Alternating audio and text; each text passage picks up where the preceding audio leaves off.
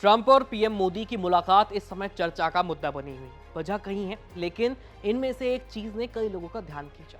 दरअसल इस मीटिंग के बाद ट्रंप ने ऐलान कर दिया कि वो अमेरिका का सबसे modern fighter jet F-35 Bharat को बेचेगा। लेकिन कुछ समय पहले ट्रंप के बेहद खास एलन मस्क ने इसी लड़ाकू विमान को कबाड़ कहा था। तो फिर सवाल ये उठता है कि आखिर ट्रंप इस कबाड़ को भारत को क्यों बेचना चाहते हैं। आज मैं इस पूरे मामले के बारे में विस्तार से बात करने वाला हूं। नमस्ते, मेरा नाम है आयुष और आप देख रहे हैं एबीपी लाइव वर्ल्ड।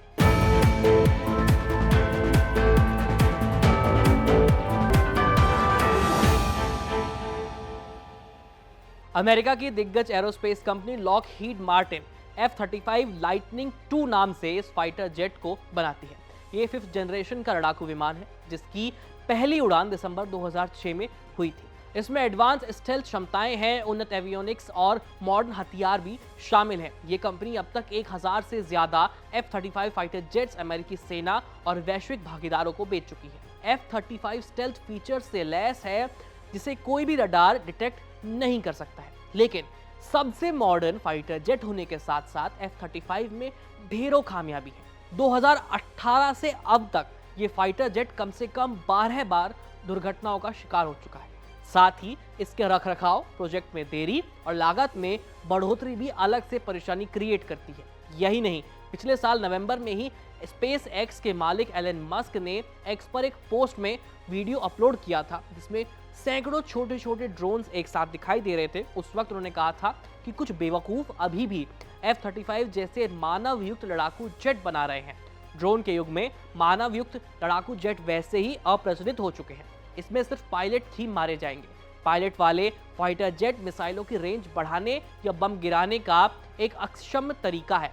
वहीं एक ड्रोन बिना पायलट के ये काम कर सकता है, ये मस्क ने कहा था। इसके अलावा कई रिपोर्ट्स भी यही बताती है कि F-35 विमानों में ज्यादातर समस्याएं विमान की जटिलता के कारण है। F-35 बहुत ज्यादा मात्रा में डेटा प्रोसेस करता है, जो पायलट के लिए बहुत ज्यादा परेशानी क्रिएट कर देता है। इसके अलावा इसके कई अहम सिस्टम में अक्सर खराबी आ जाती है। मई 2020 में 58वें फाइटर स्क्वाड्रन का एक F-35A विमान एल्गिन एयरफोर्स बेस पर उतरते समय दुर्घटनाग्रस्त हो गया था। इस दुर्घटना का कारण थकान के कारण पायलट की गलती, ऑक्सीजन सिस्टम में के डिजाइन में समस्या, विमान की जटिल प्रकृति, हेड माउंटेड डिस्प्ले में खराबी और फ्लाइट कंट्रोल सिस्टम का काम न करना था। यानी एक साथ इतनी सारी परेशानी एक ही प्लेन में आ गई थी। एलन मस्क के अलावा अमेरिका का रक्षा विभाग पेंटागन भी F-35 को कबाड़ घोषित कर चुका है। अमेरिका जहां ये दावा करता है कि उसका F-35 लड़ाकू विमान एक सुपर फाइटर जेट है, वहीं उस पिछले साल पेंटागन की एक रिपोर्ट में कहा गया था कि लड़ाकू विमान अपने ऑपरेशन क्षमता को पूरा नहीं कर पा रहा है। पेंटागन की रिपोर्ट में बताया गया कि F-35 में 65 ऑपरेशनल खामियां हैं। रिपोर्ट में आरोप लगाया गया कि इन खामियों के कारण F-35 विमान बुनियादी परीक्षण की विशिष्टताओं को भी पूरा करने में सफल नहीं हो पाता। यही नहीं, सितंबर 2023 में यूएस गवर्नमेंट अकाउंटेबिलिटी ऑफिस यानी GAO ने एक रिपोर्ट जारी की। इसमें वो कहते हैं कि अमेरिकी एयरफोर्स के F-35 बेड़े के आधे से ज्यादा विमान किसी भी समय उड़ान भरने के लायक है ही नहीं, खराब अवस्था में पड़े हैं वो। और अगर ये खराब हो जाते हैं तो इन्हें ठीक करने में, केवल एक प्लेन को ठीक करने में 172 दिन लग जाते हैं, जो कि बहुत लंबा समय है। यही नहीं, इस फाइटर जेट का कोई भी मॉडल अपने टारगेट को पूरा ही नहीं कर पाया है।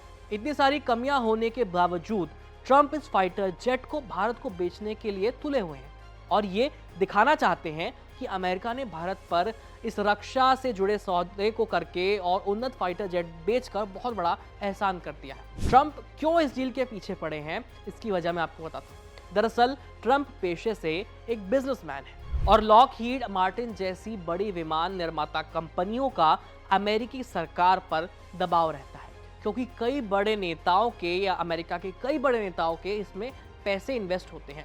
ये नेता भरपूर मुनाफा कमा सके, इसलिए ऐसे विमान फाइटर जेट्स को अपने सहयोगी देशों को बेचने के लिए वो दबाव डलवाते हैं कंपनी के जरिए सरकार पर। F-35 का पूरा चिट्ठा तो हमने आपके सामने खोलकर रख दिया। अब देखना ये होगा कि भारत अमेरिका के झांसे में आकर इस घाटे के सौदे को मना कर पाता है या नहीं। फिलहाल इस खबर में इतना ही। देश और दुनिया की बाकी खबरों के लिए हमारे चैनल एबीपी लाइव के साथ जुड़े रहिए। मेरा नाम है आयुष। धन्यवाद। दुनिया बदल रही है और ये भारत के लिए ला रही है इन्फिनिट अवसर। जिसे हम कहते हैं मिनट इन्फिनिट। आइए आइडियाज ऑफ इंडिया के मंच पर समझें इसी मिनट इन्फिनिट को 21 और 22 फरवरी abplive.com पर।